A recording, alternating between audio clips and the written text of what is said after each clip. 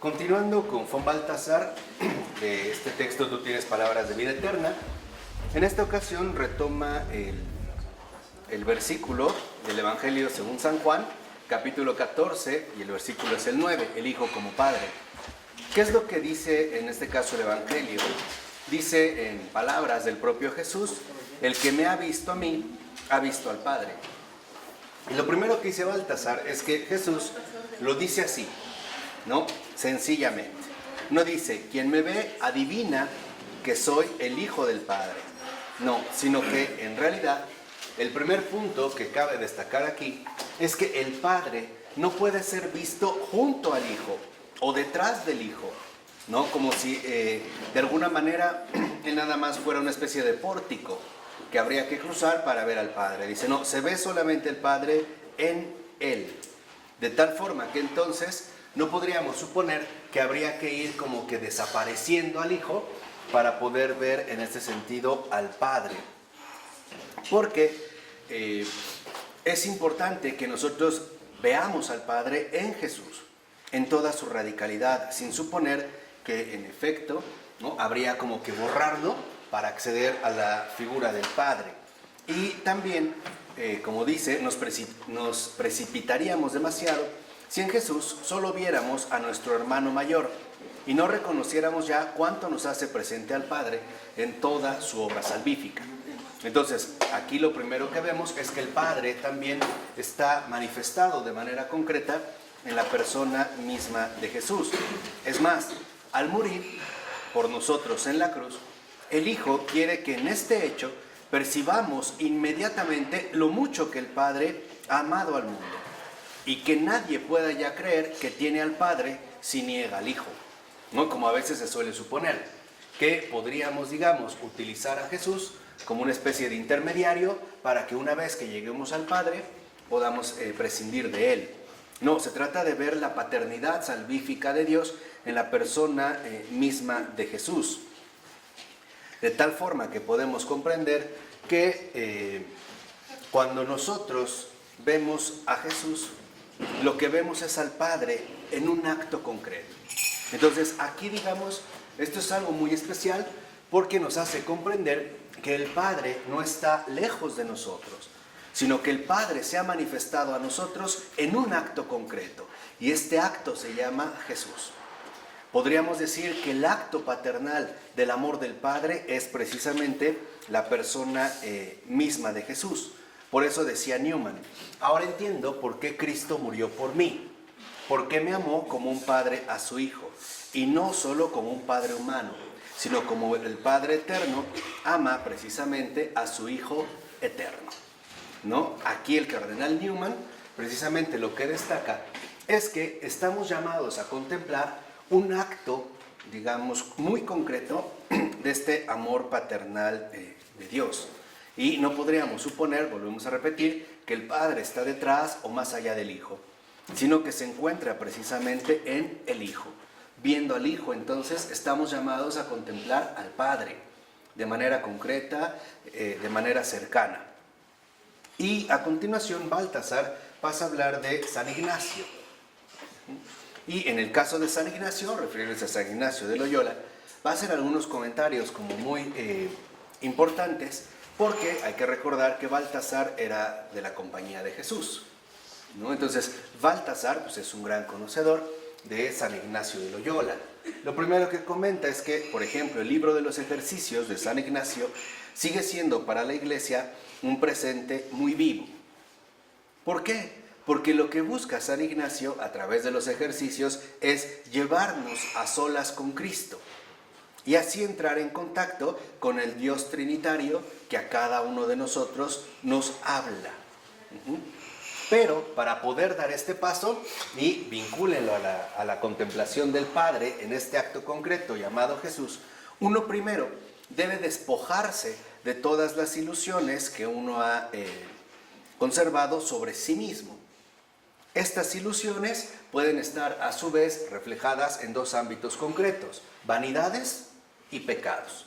Entonces, lo que necesitamos primero es erradicar estas ilusiones falsas que hemos elaborado sobre nosotros mismos para poder entrar en contacto con este Dios trinitario. Pero algo que es muy importante es que San Ignacio, y es precisamente lo que Jesús hace al invitarnos a contemplar al Padre, es que no se trata de que nos encontremos con Dios en alguna especie de lugar periférico. O sea, suponiendo que entonces yo puedo encontrar a Dios en alguna actividad que realizo, o en algún proyecto que tengo, o en algún aspecto particular de mi vida. Por ejemplo, asistiendo sin falta a todos los domingos a misa, o ayudando a ciertas personas, o realizando ciertas obras benéficas. No. En realidad, y este es como el centro de San Ignacio nos invita a que nos encontremos con Dios en el centro mismo de nuestra existencia. De tal manera que entonces esta llamada a encuentro se convierta en el acontecimiento fundamental de toda nuestra vida. Y esto es algo importante, por eso es que sigue siendo, digamos, una llamada muy viva para la iglesia. Porque a veces solemos dejar a Dios en ciertos ámbitos periféricos de nuestra vida, ¿no? Por ejemplo, el destinarle una hora los domingos, o el hacer una cierta visita, o incluso el cumplir adecuadamente con mi trabajo. Aquí San Ignacio nos recuerda que esto es equivocado, porque lo fundamental es que en efecto el encuentro con Dios sea el acontecimiento decisivo a partir del cual se va a ordenar toda nuestra vida. Que sea, digamos, como el acontecimiento fundacional de toda nuestra existencia. Esto quiere decir dos cosas. Primero, que para San Ignacio lo importante es que nos tomemos en serio a Dios. Tan en serio que se convierte en el pilar de toda nuestra vida, ¿no? Tanto en lo interior como en lo exterior. En mis pensamientos, en mis valoraciones, en mis afectos, en mis deseos, etc. Y no relegarlo a una mera cuestión secundaria. Y segunda, que si es realmente el acontecimiento decisivo de nuestra vida se vea transformada por completo. No solo en ciertos ámbitos, o digamos no solo en ciertas cuestiones, sino que realmente experimentemos en carne propia el señorío del Dios vivo, que va finalmente a determinar todo nuestro comportamiento. Por ello es que San Ignacio no se ocupa de ningún camino de perfección, cuyas etapas se pueden consultar y seguir en los libros, ¿no? Como tener un manual, hace esto y esto y esto, elabora esto y esto, y entonces te elevas a un camino de perfección. ¿Por qué no lo hace San Ignacio? Porque San Ignacio era muy consciente de que nadie puede determinar de antemano en qué camino nos va a poner el Señor. Entonces, digamos que prácticamente la esencia de los ejercicios de San Ignacio es que alcancemos docilidad de seguimiento, que nos preparemos adecuadamente, y esto requiere un entrenamiento, un ejercicio, para estar dispuestos a que en nosotros se cumpla la voluntad de Dios. De hecho, este es el objetivo fundamental de los ejercicios, porque, como dice San Ignacio, no podemos de antemano decidir cuál es el camino en el que el Señor nos va a colocar. Por ejemplo, ya sea dentro de la iglesia o afuera en el mundo, para seguir precisamente la llamada de Jesús. Entonces, para San Ignacio algo queda claro. No importa dónde seamos colocados, siempre y cuando esa sea la elección divina. Ese sea precisamente el camino que el Señor, en este caso, ha elegido para mí.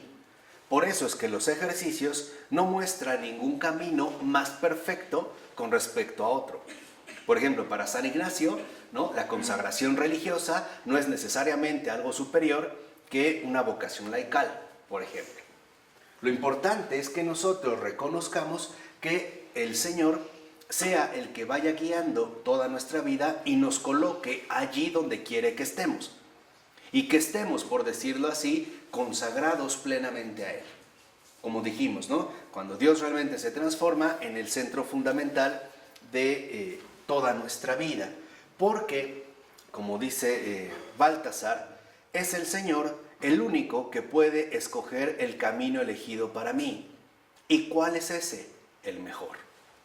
Aunque nosotros a veces tengamos criterios un tanto distintos. Por ejemplo, a veces podríamos suponer que si fuéramos sacerdotes o un sacerdote religioso podría realizar más cosas. Y esto no es lo central. O sea, vamos a decirlo así. En el caso del cristianismo o del encuentro con Cristo, el hacer, en cuanto tal, pasa prácticamente a un segundo término. No es lo fundamental. No es lo central lo que nosotros podemos hacer o no hacer. Lo importante es que del hacer nosotros nos concentremos plenamente en el ser. De tal forma que el acontecimiento decisivo es el ser cristiano. Y el ser se va a convertir en la presencia viva de Dios. Esto nos ayuda a entender algo esencial. ¿Qué es lo característico de un cristiano? No lo que hace, sino lo que es. Esta es la diferencia radical. Hoy en día nuestros criterios, por ejemplo, que siguen siendo terriblemente arrastrados por lo mundano, evaluamos, por ejemplo, la calidad de vida religiosa de una persona en base a las cosas que hace. Por ejemplo, si una persona pusiera un asilo y atendiera a 1000 ancianos, pensaríamos que es una persona muy devota o que realmente está haciendo grandes cosas.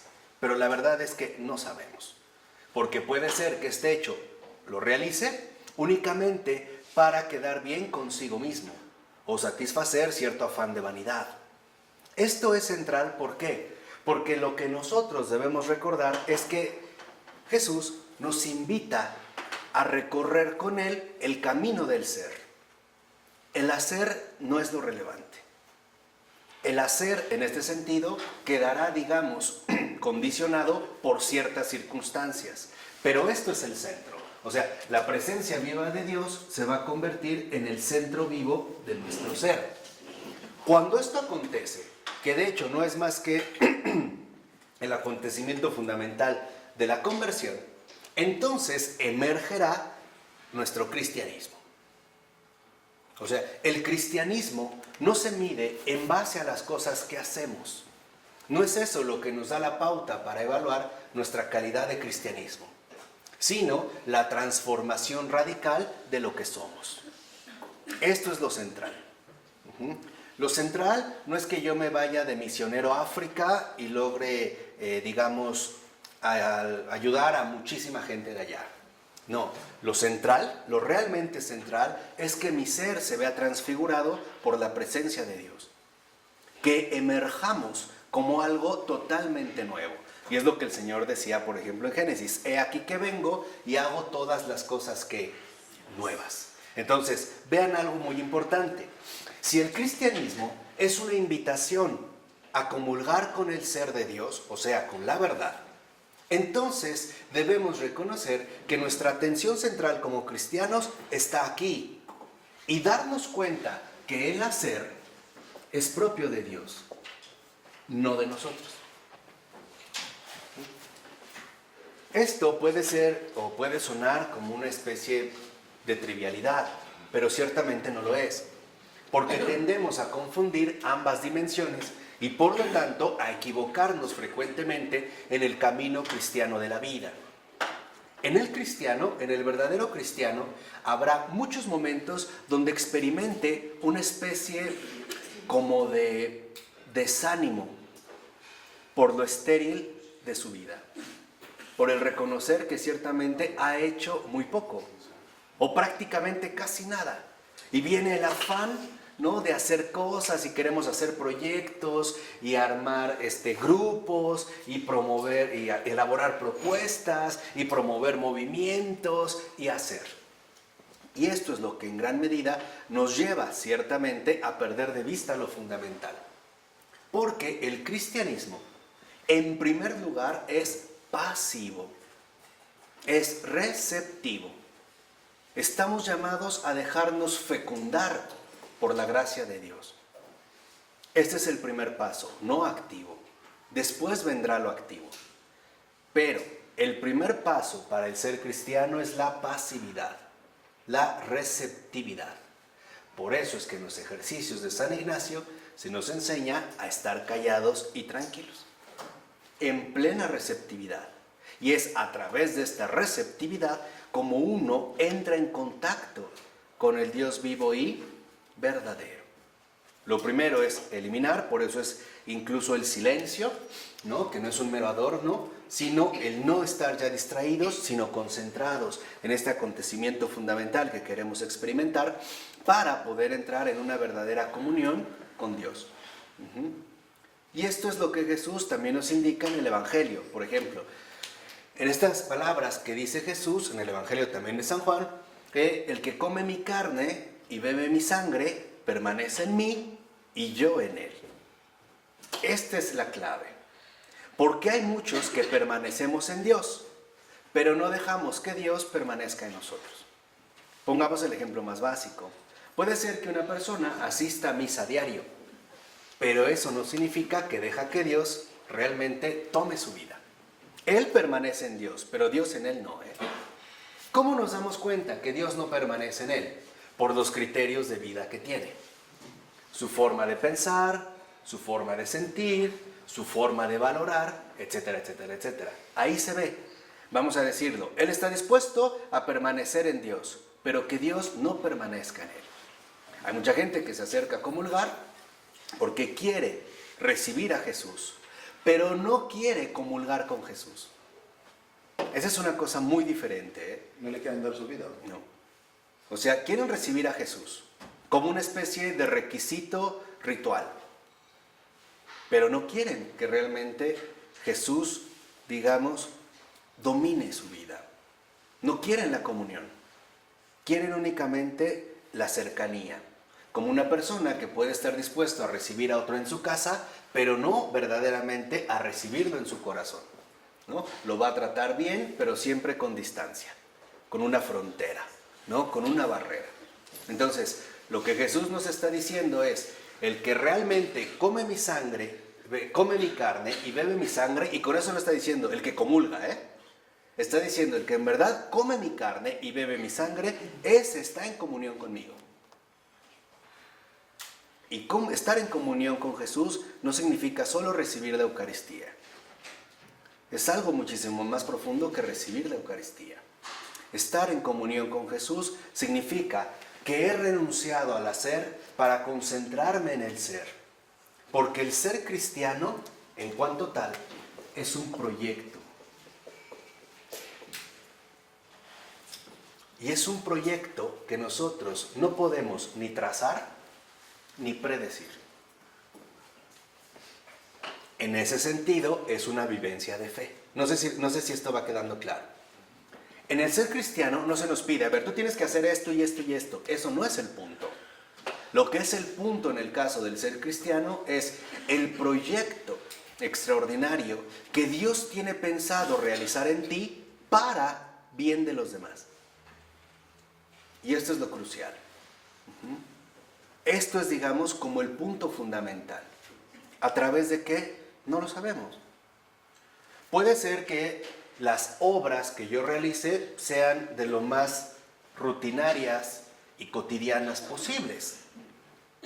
Pero el hecho de minimizar al máximo la ofensa al prójimo es realmente un milagro divino. En serio, ese sería realmente un milagro divino, independientemente del hacer. Porque a Dios mismo no le interesa tanto lo que hacemos, lo que le interesa tanto es quiénes somos. Y esa es la pregunta fundamental. Hace rato recuerdan que se comentaba la cuestión del juicio. El juicio de Dios no es qué hiciste, el juicio de Dios es quién eres. ¿Quién eres ante la verdad? ¿Quién eres realmente tú ante la verdad? ¿Quién eres ante mí? ¿Estás conmigo? ¿Estás en comunión conmigo? ¿O estás en enemistad conmigo? Esta es la evaluación. No se trata de que, claro, hiciste muchas cosas. Esto no es lo central. Lo central radica en el proyecto de ser cristiano. Y no olvidemos algo. El proyecto del ser se da en lo escondido. Y eso es lo que Dios valora. Aquellos cuya fe solo Dios ¿qué? Conoce y no se ve. Pero es algo que sí se nota ante Dios. Por ejemplo, el aspecto de la vigilancia. El hecho de darme cuenta cómo ahora pongo más atención, por ejemplo, en el uso de mis palabras, en mis modales, en mis gestos, en mis deseos, en mis afanes, etc. Eso a lo mejor los demás no lo ven, pero ante Dios está muy claro y está bien establecido. Este es, digamos, como la base del auténtico recorrido cristiano. No se trata también de una especie de reclutamiento masivo o propagandístico. A ver cuánta gente podemos jalar. No es el punto. El punto está qué tanto realmente nosotros estamos trabajando en esta comunión profunda con Dios, en lo más secreto del corazón, en esta, digamos, comunicación o privilegio que el Señor nos da de tratar con Él todas las cosas cara a cara. ¿Y dónde se vive entonces verdaderamente este proyecto que se da en lo oculto?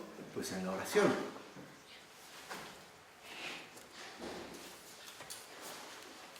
Cuando realmente uno hace oración, uno no es el mismo. Después de hacer oración, algo ha cambiado, ¿eh? Algo. Ya no es nunca lo mismo.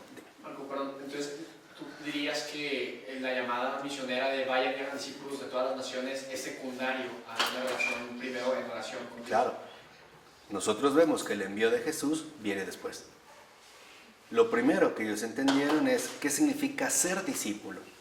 Después ser enviado. Por eso son las dos etapas, ¿no? Ser discípulo y después apóstol. La propia palabra apóstol es el que ha sido enviado. ¿Pero por qué es enviado? Porque ya es discípulo. Por eso es el tiempo de convivencia.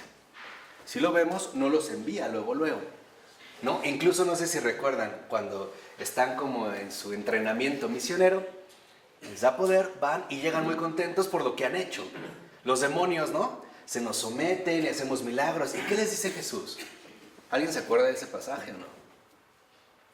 ¿Tú te acuerdas de eso? ¿Qué les dice? No se alegren por lo que han hecho. ¿Sí, no? Lo que les dice es, no, eso no me importa, no se alegren por lo que ha hecho.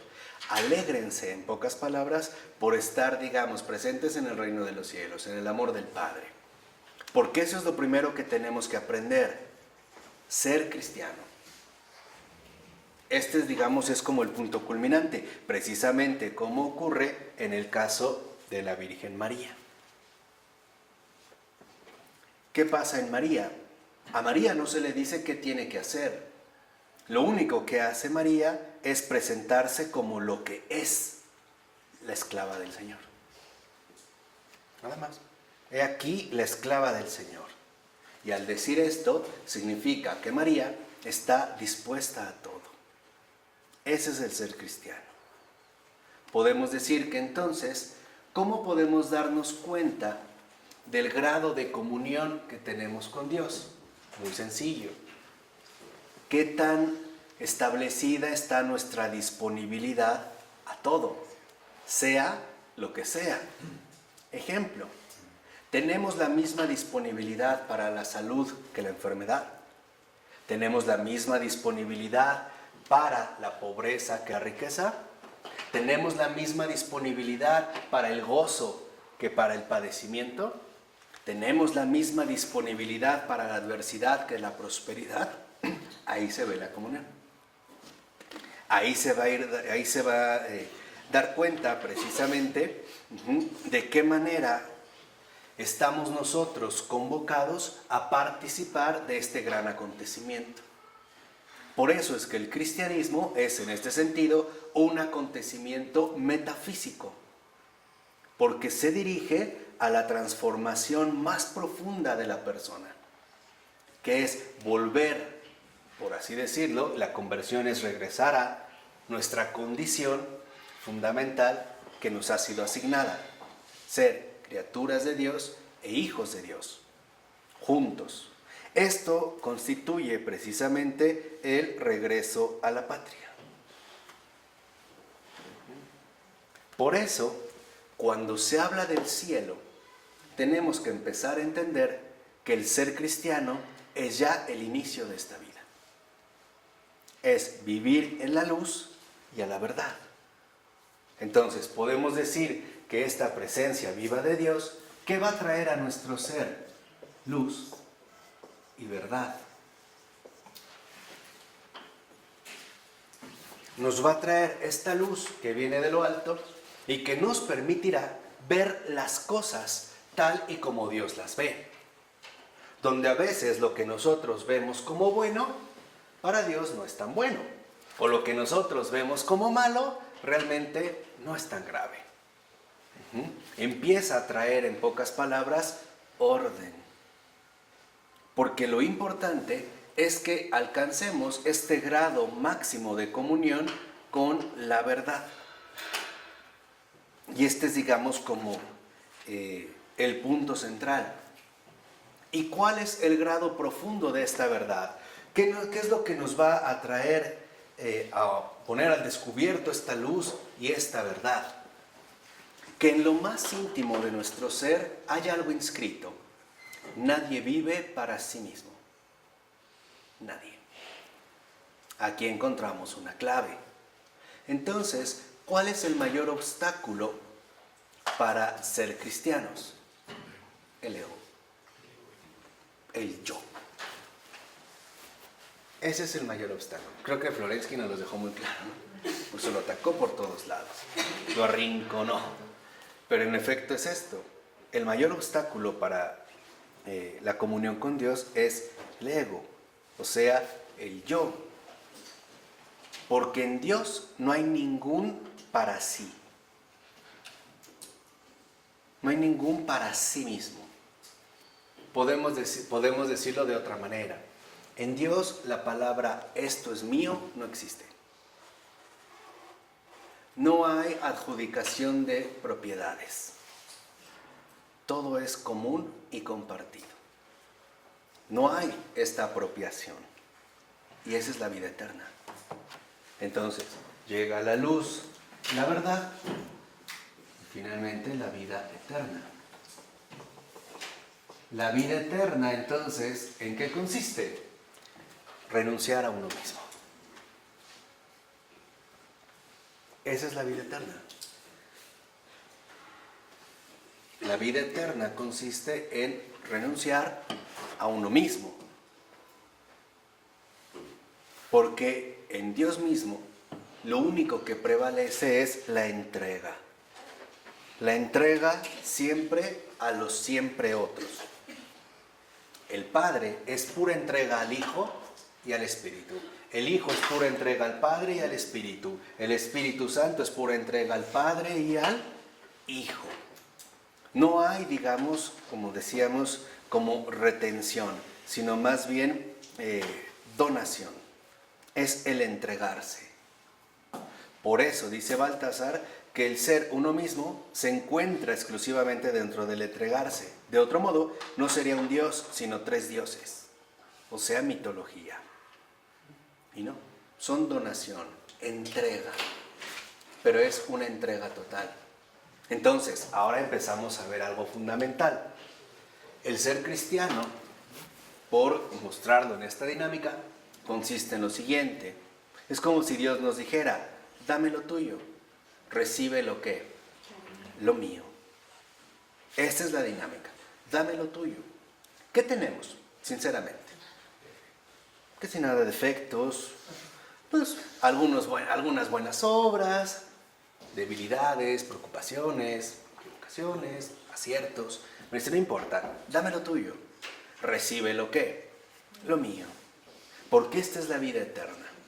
Entrar en esta dinámica fundamental de entrega, que es precisamente lo que configura el que Dios sea uno y trino. No están separados, sino que están siempre unidos en esta dinámica fundamental. Así que en este sentido, lo que nosotros podemos reconocer es que lo que quiere en este sentido Cristo es liberarnos de la prisión de nuestro para sí y así introducirnos en el ámbito fundamental de la libertad divina. Si lo vemos, por ejemplo, el Padre no teme nada al dárselo todo al Hijo. ¿Qué diferencia el criterio divino con el criterio humano? Por ejemplo, que dice que a la mujer ni todo el dinero ni todo el amor. Reservas, ¿no? No, aquí no. La vida eterna nos quiere a su vez compartir el misterio profundo de la libertad divina. Sin miedos, sin temores, sin zozobra.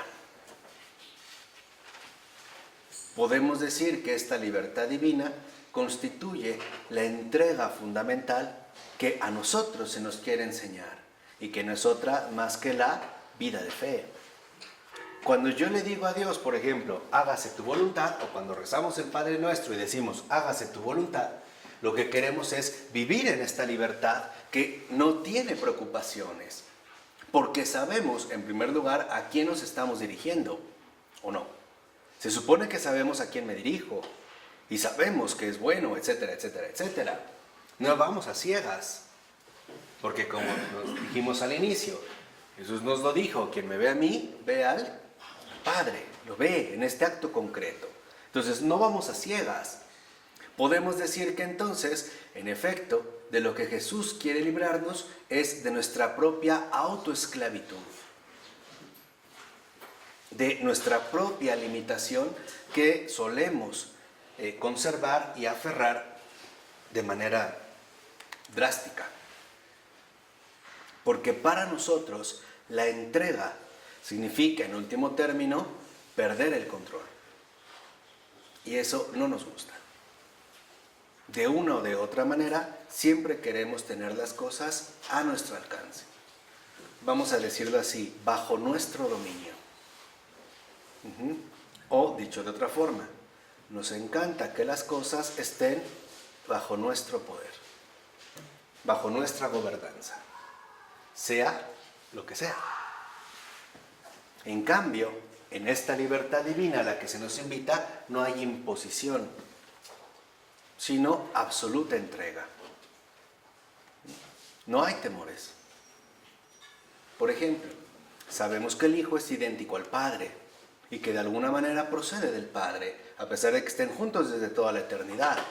Y no por ello el Padre piensa, por ejemplo, no, es que si lo hago igual a mí se me puede revelar y entonces pues va a haber problema. Para que lo vean así en un ejemplo raro. No importa. Y a pesar de que el Padre y el Hijo son idénticos, el Hijo dice, y el Padre es más grande que yo. ¿Y qué diría el Padre? Sí, tiene razón. Yo diría también, el Hijo es que más grande que yo, y el Espíritu les dice, y ustedes son más grandes que yo. Y así. ¿Por qué? Porque en esta libertad divina aprendemos a superar cualquier límite. Esa es la verdadera libertad. La libertad consiste, o la libertad que el Señor, la verdadera libertad que el Señor nos quiere transmitir, consiste en superar todas nuestras limitaciones, sean las que sean, todas nuestras limitaciones, y así empezar a experimentar un poquito de la omnipotencia de Dios. No sé si va quedando claro, porque en esa omnipotencia Dios no conoce los límites, y eso es también lo que quiere compartir precisamente nosotros. Dicho de otra forma, Jesús es como el entrenador de la vida en Dios. Es el que nos quiere ya entrenar desde aquí, con el Padre y el Espíritu Santo, siempre juntos, siempre trino, siempre uno, para la vida eterna. Y esto requiere renunciar a muchas cosas. Por eso a nosotros siempre se nos invita a la entrega confiada, a la confianza, a la paciencia. Podemos decir que en efecto, cuando todavía nos angustiamos, nos preocupamos, nos alteramos, es porque todavía no somos lo suficientemente libres de nosotros mismos. Y esta es la esencia divina. La esencia de Dios es carecer de preocupación, carecer de angustias, carecer de zozobras o inquietudes. Es vivir en una completa, inalterable paz. Y por lo tanto, en una alegría que nada ni nadie puede alterar. ¿vale? Así lo que vemos es que lo que Dios mismo quiere es que quedemos unidos más íntimamente a la esencia de Dios. Y para ello solo hay un paso. Para que nosotros realmente podamos acceder a la libertad divina, necesitamos nosotros llevar a cabo la renuncia radical del yo.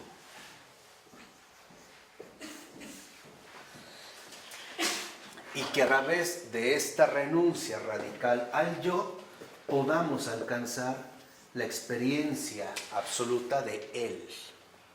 Que es también lo que Florensky nos enseñó. Primero Él, después tú, al último yo. En esta renuncia radical, vivir el modo Él.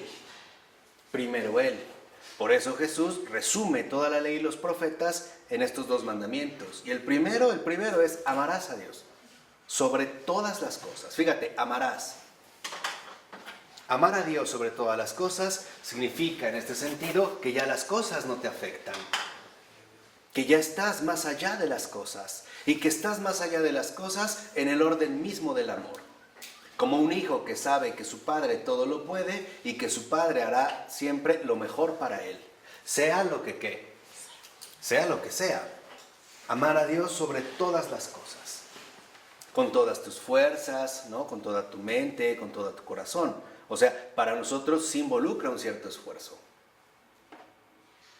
Y esto es curioso. Mientras más renunciemos al yo, más reposaremos en Dios. ¿No? Y es, por ejemplo, la experiencia central de Santa Teresa de Jesús. Nada te turbe, nada te espante, solo Dios basta, ¿no? Ya, o sea, ese es el punto, solo Dios basta. Todo lo demás, en este sentido, pasaría a ser algo enteramente secundario. Entonces, en esta pertenencia, lo que vemos es que, en efecto, el no creyente se puede espantar de este paso drástico del cristiano. Porque para el no creyente lo importante es que el yo no se extinga, que se conserve algo, así sea mínimo. Por ejemplo, claro, yo voy a seguir a Cristo, pero a mi manera. O yo me voy a decir cristiano, pero a mi modo. O sí voy a hacer esto, pero, o sea, siempre hay como un pero. Siempre hay como sí, pero. Que de hecho también es lo que un escrito el Papa mencionaba, ¿no? El sí, pero. Sí, a Dios esto, pero. Entonces lo que dice es que en realidad lo que nosotros aprendemos es que cuando llevamos a cabo la renuncia radical del yo para pasar al modo Él, ya no hay obstáculos. Aquí sí podríamos decir, ya no hay pero que valga. Por eso cuando el Señor dice, vayan y hagan, ¿no? Discípulos a todos los pueblos, vayan y prediquen el Evangelio a todas las naciones, ya no hay pero. No les dice, oye, pero no hablamos el idioma. O cómo vamos a llegar. O por dónde nos vamos a ir. Ya no hay límites. Ahora se trata de que sea ingresado en un horizonte abierto. Sin límites. Vayan y hagan discípulos a todas las naciones, bautizándolas en el nombre del Padre y del Hijo y del Espíritu Santo. No dijo, oye, bueno, ¿y si no quieren? Hoy, si no se dejan, ¿cuál es la enseñanza entonces con Jonás? ¿Alguien se acuerda del libro de Jonás? El Señor lo manda a Nínive. Nínive estaba caracterizada por ser, digamos, una zona enteramente hostil, ¿no? A la luz y a la gracia. ¿Qué hace Jonás? ¿Qué le dice al Señor? Sí voy, pero no va. Dice, no, me voy a ir por otro lado. Entonces toma otro rumbo. De repente, en ese momento, empieza una tempestad que amenaza con hundir el barco. Entonces hace una reunión y dice, no, esto es porque alguno anda en pecado. Eres tú. Entonces Jonás no aguante, que no, soy yo. ¿Por qué? Porque el Señor me mandó que fuera tal y no fui tal. Y no, ¿sabes qué? Entonces, ni modo, te aventamos al mar. Y lo avientan al mar, ¿no? Como decir, quítenos a este que nos ha traído una mala suerte, esta maldición. Llega la ballena, lo traga y lo va a traer ahí 3 días, ¿no? Y 3 noches. Lo maravilloso es que estando en el vientre de la ballena, elabora una oración extraordinaria. Ahí es cuando en efecto Jonás, digamos, empieza a vivir la renuncia radical del ¿qué? Del yo. Y ni siquiera por completo, porque cuando ya está más capacitado, la ballena lo escupe en Nínive, llega a Nínive y se da cuenta que la labor que el Señor ha hecho se va a realizar. Y después también Jonás se molesta. ¿No? Algo así como decir, oye, pero si ellos que andaban tan mal, ¿se las pusiste tan fácil? ¿Se acuerdan que hace su berrinche, no? Se enoja y el Señor le dice, ¿te parece bien molestarte así? Aquí es donde hay también como una señal muy importante en Jonás. ¿Te parece bien molestarte así? ¿Cuántas veces vemos que el Señor obra en otras personas y también nos molesta? Señor, ¿por qué a él lo ayudaste tanto y a mí me lo has puesto más difícil? ¿O por qué a él le has dado tanto, a mí nada? ¿O por qué a él esto y a esto? Porque sigue habiendo el yo. Porque en último término, el yo, digamos, este yo que nos hemos querido, o en el que nos hemos querido basar, está compuesto ante todo de egoísmo, celos y discordia. Y esta es una herida profunda del pecado. Y lo vemos desde los primeros hijos, Caín y Abel, ¿no? Caín siente envidia de Abel. Y viene un crimen. Aquí está la razón de fondo de por qué renunciar a este yo. Porque el yo humano, tal y como hoy en día lo conocemos, lo único que conlleva es crimen, disputa, violencia, guerra, es decir, muerte. Ese es el camino de la muerte. Y es de lo que el Señor precisamente nos quiere librar. De esta muerte que iremos experimentando nosotros y también la gente que nos rodea. ¿Cuánta gente no está dispuesta, por ejemplo, a implementar programas económicos que perjudican a miles de personas? ¿Cuántos hombres o mujeres no están dispuestos a destruir un matrimonio y una familia por una aventura? Porque eso es lo que yo quiero. O sea, ¿cuántas veces este yo no es, digamos, como la causa fundamental de los mayores crímenes que ha experimentado la humanidad?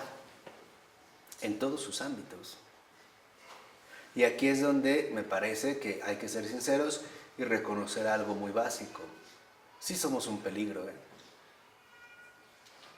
Todos y cada uno de nosotros sí es un peligro.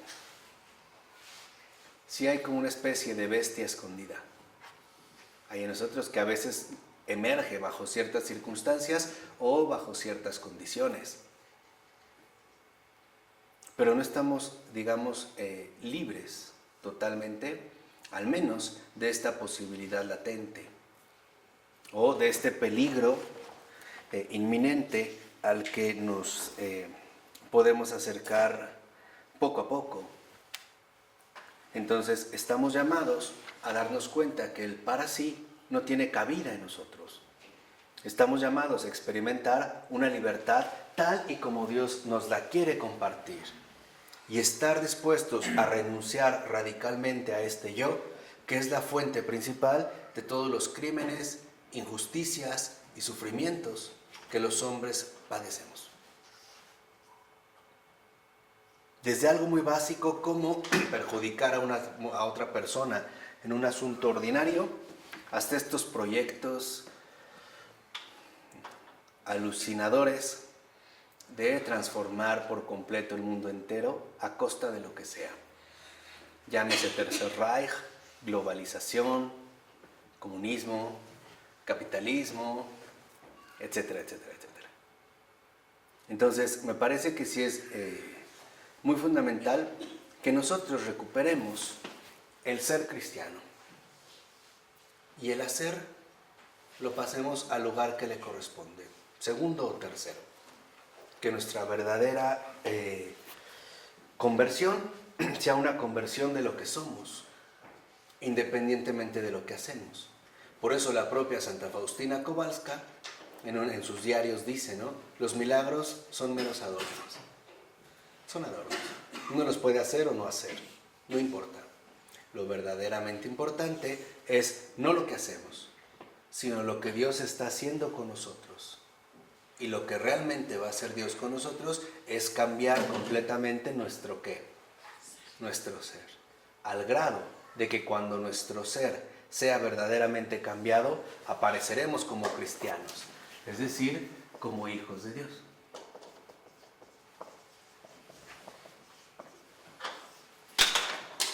Y de hecho, eso es lo que el Padre espera de nosotros. Y eso es lo que Jesús quiere hacer con nosotros. Para que, como dijo Jesús en el Evangelio de San Juan, todos seamos uno. Como le dijo al Padre, así como tú y yo somos ¿qué? Uno. Y que el Padre diga en cada uno de nosotros, por la obra de Cristo, este es mi Hijo muy amado, en quien tengo todas mis complacencias. Escúchenlo.